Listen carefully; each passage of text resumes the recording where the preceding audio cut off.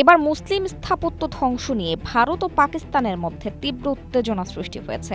ভারতে মুসলমানদের ধর্মীয় স্থাপনা ধ্বংস করায় প্রতিক্রিয়া জানান পাকিস্তানের প্রেসিডেন্ট আসিফ আলী জারদারি।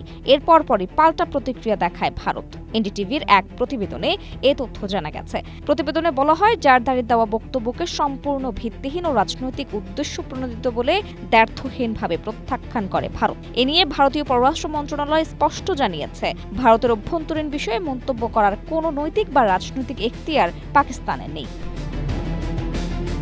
পাকিস্তানের প্রেসিডেন্ট সামাজিক যোগাযোগ মাধ্যম এক্সে অভিযোগ করেন, ভারতে ঐতিহাসিক মুসলিম ধর্মীয় স্থাপনাগুলো ভাঙচুর করা হচ্ছে এবং সেখানে হুমকি দেওয়া হচ্ছে। তিনি উত্তরপ্রদেশের বারাণসীর 1000 বছরের পুরনো মসজিদ ঈদগাহে শাহিদা ধ্বংসের আশঙ্কার কথা উল্লেখ করে ভারতকে অবিলম্বে এসব কর্মকাণ্ড বন্ধের আহ্বান জানান। মূলত বারাণসী স্টেশন পুনর্উন্নয়নের জন্য রেলওয়ের পক্ষ থেকে এই মসজিদটি সরানোর একটি নোটিশ জারি করা হয়েছিল, জানিয়ে জারদারি উদ্বেগ প্রকাশ করেন। তিনি দাবি করেন, এই ধরনের পদক্ষেপ ভারতকে বিচ্ছিন্নতা ও দীর্ঘস্থায়ী অস্থিতিশীলতার দিকে ঠেলে দিতে পারে।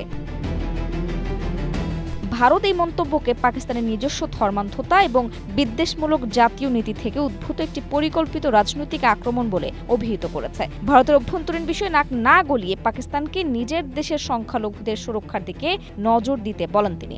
রণধীর জয়সওয়াল মন্তব্য করেন, পাকিস্তানের নিজস্ব মানবাধিকারের রেকর্ড অত্যন্ত শোচনীয়। ভারত মনে করে দিয়েছে, পাকিস্তানে দীর্ঘ সময় ধরে হিন্দু, খ্রিস্টান ও আহমদিয়া সম্প্রদায়ের মতো ধর্মীয় সংখ্যালঘুরা নিয়মতান্ত্রিক বৈষম্য, সহিংসতা এবং ধর্ম অবমাননা সংক্রান্ত আইনের অপব্যবহারের কারণে নিপীড়নের শিকার হয়ে আসছে।